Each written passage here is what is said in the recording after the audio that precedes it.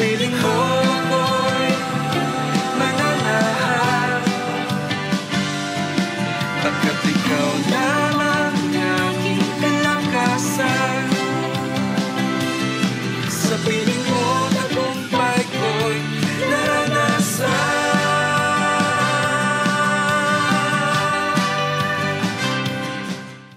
Amen! Purihin po ang ating dakilang Diyos na buhay na sa atin ay bumubuhay araw-araw. Kaya nga po kailangan natin siyang marinig, mapakinggan at tanggapin araw-araw naman sa ating mga buhay. At nais ko po na tayo po ay manalangin saglit upang tayo po ay magkaroon ng pakikinig at pagtanggap ng kung saan ito'y basbas ng Diyos sa ating lahat. Manalangin po tayo. Panginoong Diyos, kami po ay nagpapabasbas sa iyo, aming Ama, sa pangalan ng aming Panginoong Kristo at sa kapangyarihan ng banal mong Espiritu, na habang kami po sa araw na ito ay nakikinig at tatanggap na iyong salita, ay mangyayari sa aming buhay ang iyong mga salita, sapagkat ito'y salita ng buhay na nagpapala araw-araw sa aming buhay at sa aming bahay.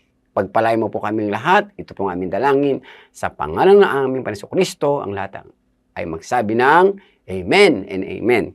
Ang aking mababahagi na binigay sa atin ng Panginoong sa araw na ito ay nasa aklat po ng Marcos 16, Kapitulo 15 hanggang 20. Okay? Sabi po rito, at sinabi ni Jesus sa kanila, humayo kayo sa buong mundo at ipangaral ang mabuting balita sa lahat ng tao. Ang sinumang sumasampalataya at mabautismuhan ay maliligtas. Ngunit ang ayaw sumampalataya ay paparusahan. Verse 17, ang sumasampalataya ay bibigyan ng kapangyarihan gumawa ng himala. Sa pangalan ko ay magpapalaya sila ng mga demonyo at magsasalita sila sa iba't ibang mga wika. Hindi sila mapapahamak kahit dumampot sila ng ahas o makainom ng lason at gagaling ang mga may sakit na papatungan ng kanilang mga kamay. Mark chapter 16 verse 15 to verse 18. Ang title po nito ay Believers are Carriers of Miracle. Ang highlights po kasi dito yung verse 17. Ang mga sumasampalataya ay bibigyan ng kapangyarihan gumawa ng mga himala.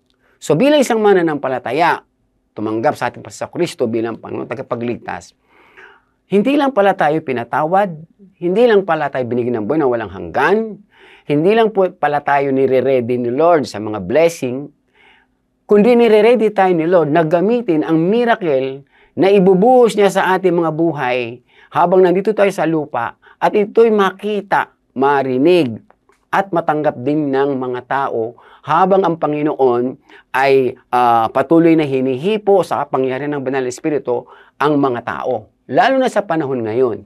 Alam niyo po, sa modern world at sa modern technology, ay marami na ang nagsasabi na hindi ho totoo ang himala. Wala daw himala. Di ba? Pero alam niyo po, ang Diyos ay hindi nagbabago noon, ngayon, magpakailan pa man, kung paano siya gumagawa ng himala noon. The miracles, hanggang ngayon po.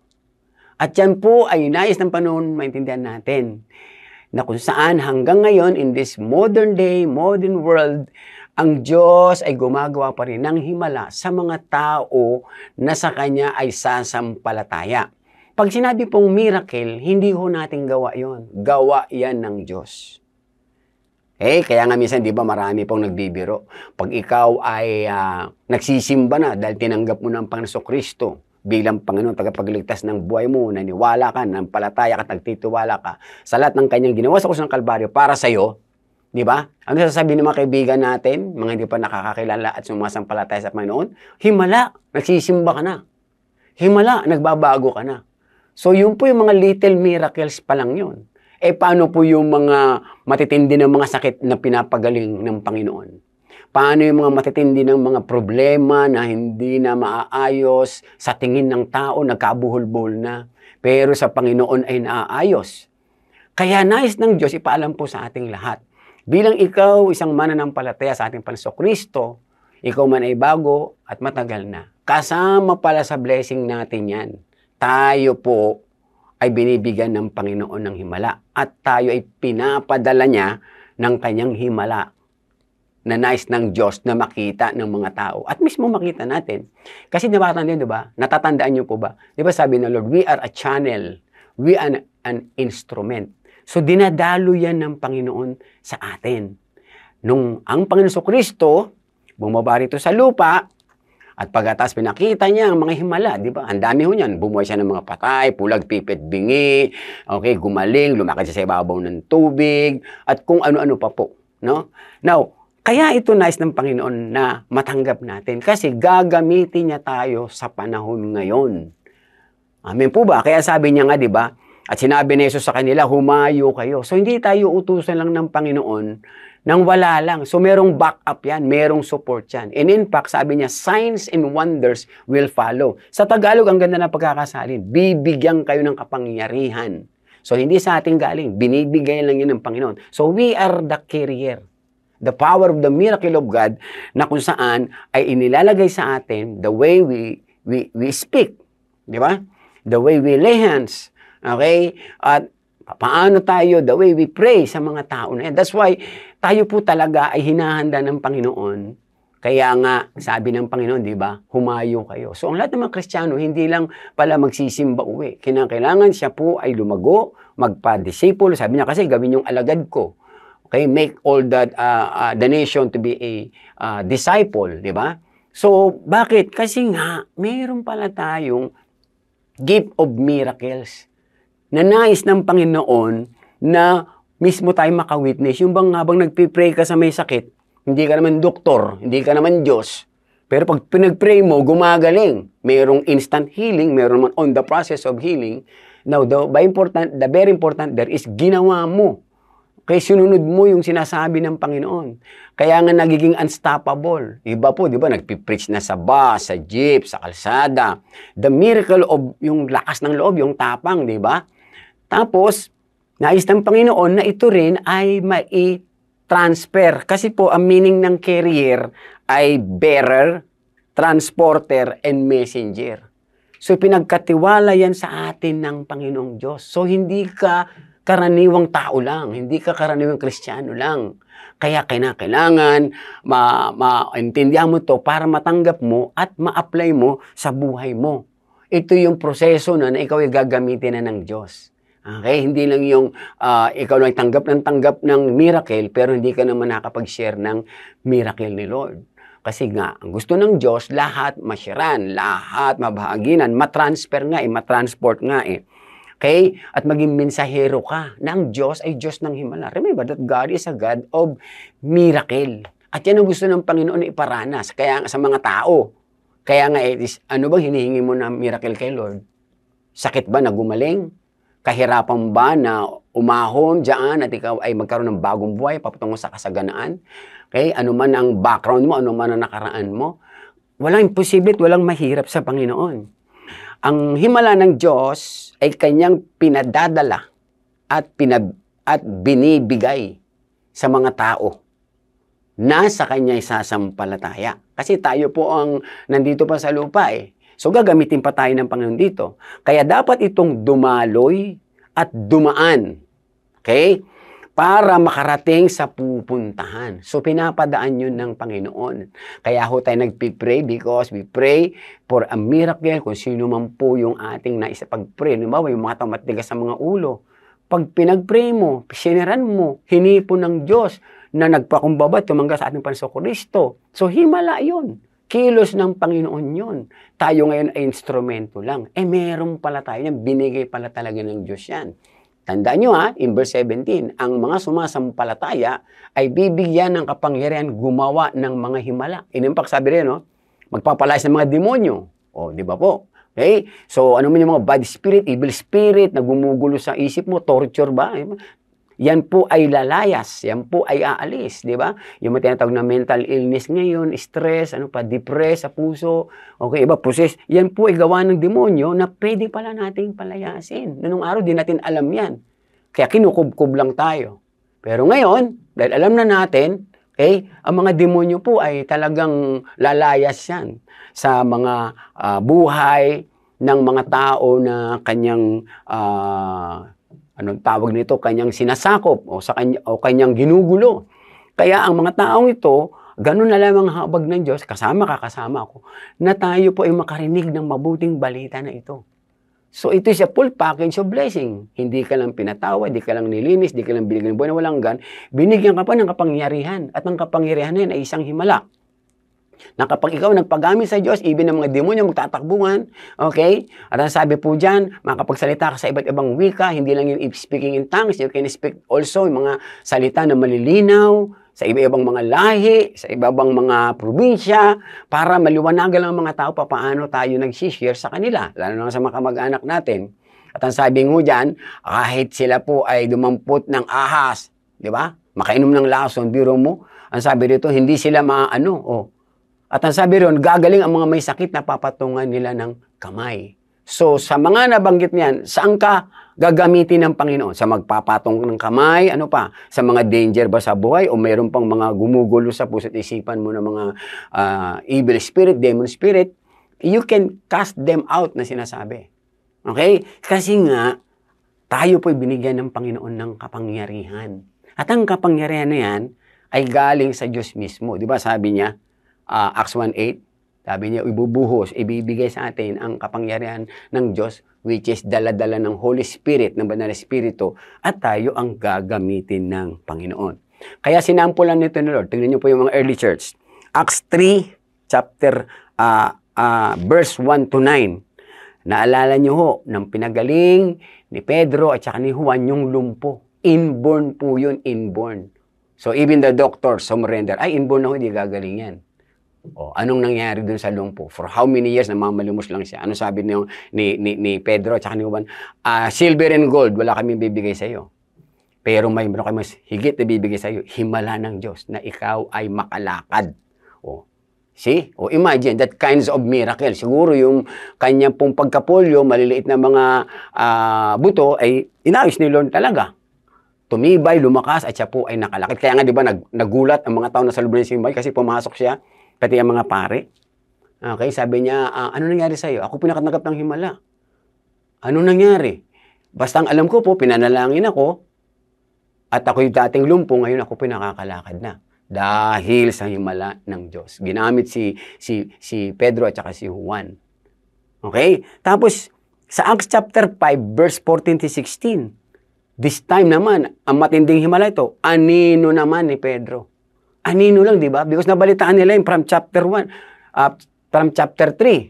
So, another chapter, 4 and 5, pagdating doon sa 5, di ba, dinala na yung mga tao, mga lumpo, mga bulag, mga bedridden. Imagine that kinds of miracle. Ikaw may anino, di ba? Tayong lahat may anino. Pag hindi natin kayang i-conceive yan, wow, anino ko lang, pwede pala. But because of the faith, okay, ng mga taong gustong gumaling, at yung faith ni Peter na si Lord, nasa kanya para pagalingin, kapangyarihan ng Banal na Espiritu, anino lang, hindi nga siya nag-lay hands doon. Sabi sa Biblia, at nung sila ay daanan ng anino ni Pedro, sila'y lahat ay gumaling. Imagine that. No. Alisin natin kaisipan na, hindi kasi si Pedro yon, hindi kasi si Jesus yon, hindi kasi si Juan yon. Okay? So, minsan sineseparate natin yung sarili. Huwag mo i-separate kasi tayo na ngayon yan. We are modern disciple of the Lord Jesus Christ na kung saan magagamit ng Panginoon sa panahon ngayon. And then last po, ito na si Pablo naman. Hindi ba, hindi siya kasama sa 12 disciples. Alam niyo ba, sa Acts chapter 19, 19 na, 11 to 12, yung mga may sakit na sa bahay, hindi niya mapuntahan. Kinuha niya ho, o hiningi niya yung panyo, at saka yung mga damit. Sino po? Di ba po? So, pinag-pray yung panyo, at saka mga damit. Binigay doon sa mga may sakit, at ang mga may sakit ay gumaling. Imagine that. See? So, kaya nga, nais ng Panginoon na maintindihan natin ito para, sabi nga ma-apply natin sa buhay natin. Kasi si Mark chapter 9 verse 23, sabi niya, di ba? There is nothing impossible to those who believe. Wala nang mahirap, wala nang imposible sa mga mananampalataya.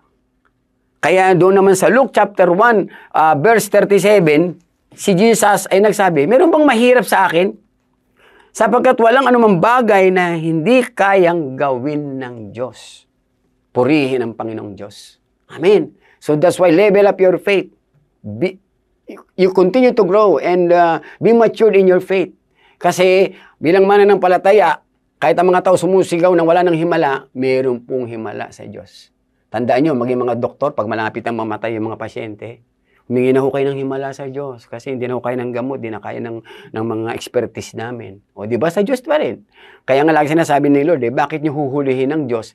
Pwede naman unahin kasi sa Matthew 6:33, seek ye first the kingdom of God. So sa umpisa pa lang, na tinanggap mo na si Jesus, may himala na sa buhay mo because you are now not only a walking Bible, you are now a walking miracle, nagagamit na tayo ng Panginoon. Kaya sayang nga pagka hindi ka nagpagamit sa Diyos Di ba? Kasi mayroong himala sa buhay mo. Ikaw mismo himala ka Okay? Kaya lahat tayo isang himala na nabago, binatawad, niligtas ng Panginoon at ngayon ginagamit na ng Panginoong Diyos. Amen po ba? Kaya nga po, as I close for this verse sa Matthew 28:18-20, di ba? Inutusan na ni Lord yung mga disciple. Anong sabi niya? Dito po. Lumapit si Jesus at sinabi sa kanila, binigay na sa akin ang lahat ng kapangyarihan sa langit at sa lupa. Yun na. Anong kapangyarihan ni Satanas dyan? Yung kapangyarihan daw sa langit saka sa lupa na kay Jesus. Tinanggap natin siya. Kaya doon magagamit natin ang miracle na ito ng Lord. Bakit si Lord gusto niya? Kasi nga para mapatunayan ng mga tao, nating lahat, na may Diyos. Na talagang ang Diyos ay gumagawa ng himala. At din yung mga imposible sa tao, pero walang imposible sa Panginoon. So yung faith mo, faith natin, lalong tumatatag, lalong lumalakas. Amin po ba? Kaya sabi niya, dahil sa mga himala na yan, kayong ay humayo, at gawin yung alagad ko, mga tao sa lahat ng bansa, bautisman nyo sila sa pangalan ng Ama, ng Anak at ng Espiritu Santo, turuan nyo silang sumunod. Susundin na natin yun. Amen. At sa lahat ng tinuturo ko sa inyo, tandaan nyo, ako'y laging kasama ninyo hanggang katapusan ng panahon. O kasama pa natin si Lord. Di naman tayo iniiwan ni Lord. Amen. Kaya that's why, itaas mo, palakasin mo, level up your faith, para magamit ka ng Panginoon, kasi ikaw ay isang himala. May himala sa buhay mo. Amen. At hindi lang sa buhay na ito, maging sa future, habang tayo po ay gagamitin pa ng Panginoon dito sa lupa. Amen. So maraming pong salamat kapatid. Ito'y tinanggap mo, magpagamit ka sa Diyos, mag-training ka, magpa-disciple ka, alamin mo ang kalooban ng Diyos ay kung saan ka gagamitin, magiging misyonero ka sa ibang probinsya, sa ibang dako ng Pilipinas, o maging sa buong mundo, sa part of the world na sinasabi. Okay? Tandaan mo, babakapan ka ni Lord ng mga miracle niya. Amen? Purihin po ang Panginoong Diyos sa ating mga buhay, at siya po ay ating pasalamatan, at nais kong panalangin ka. Panginoong Diyos, maraming po salamat sapagkat ikaw ito sa aming mga buhay. Lord, totoo sabi mo, higit pa sa maisip namin, higit pa sa masabi namin, higit pa sa magawa namin, Lord God, ang lahat ang gagawin mo, Panginoon, sapagkat patutunayan mo sa buong mundo na ikaw ang Diyos ng himala na gumagawa ng mga bagay na imposible. Pagkat walang imposible sa iyo, walang mahirap sa iyo. At kami ng bilang mga karaniwang tao ay gagamitin mo, Panginoon. At nais mo, Lord God, na gamitin namin ang panampalataya namin ito para kami mismo, Lord, ay hindi mamangha, kundi maging handa, Lord, na magamit ang mga kapangyarihan ito sa mga taong nangangailangan, lalo na yung mga may sakit, may mga kalagayan na hirap magbago, puno ng kasalanan, puno ng kahirapan, makita nila, Lord, ang pagkilos mo sa himalang paraan ng kanilang mga buhay. Kaya pinapanalangin namin, Lord, yung mga may sakit na nasa ospital, nasa banig ng karamdaman, Lord, I pray, as they pray, Lord, hingi ng miracle of healing, hipuin mo po sila, Panginoon. Lahat po ng nananampalataya, kasi ang sabi mo, ang sino man sumasampalataya ay bibigyan ng kapangyarihan ng himala. Lord, ganun din po yung mga nalulugmok sa kalungkutan, nalulugmok sa mga problema, nalulugmok sa mga kahirapan. Iahon mo sila, Panginoon, at sila, Lord God, ay palakasin mo at hayaan mo makita nila, Lord God, ang himala ng mga pagbabago at mga pagpapala sa kanilang mga buhay. Salamat, O Diyos. Kami po ay instrumento mo. Kami po, Lord, ay daluyan mo, O Diyos. Salamat po, O Diyos. Pagpalain mo po, Lord, ang aming mga buhay, ang aming mga ministeryo, at ang aming mga kapatid, at higit sa lahat, Lord, ang aming mga kababayan sa bayang Pilipinas, na sila'y manumbalik na sa iyo, makakilala sa iyo, tumanggap sa iyo, upang makatanggap din sila ng himala na bigay mo. Maraming po salamat, Panginoon. Sa iyo po namin binabalik ng papuri, ng pasasalamat, lahat ng pagsamba. Ito po ang aming dalangin sa pangalan mo, Panginoong Jesus, ang lahat ay magsabi ng Amen and Amen. Maraming po salamat. So bukas pong muli, araw-araw, may himala ang Diyos.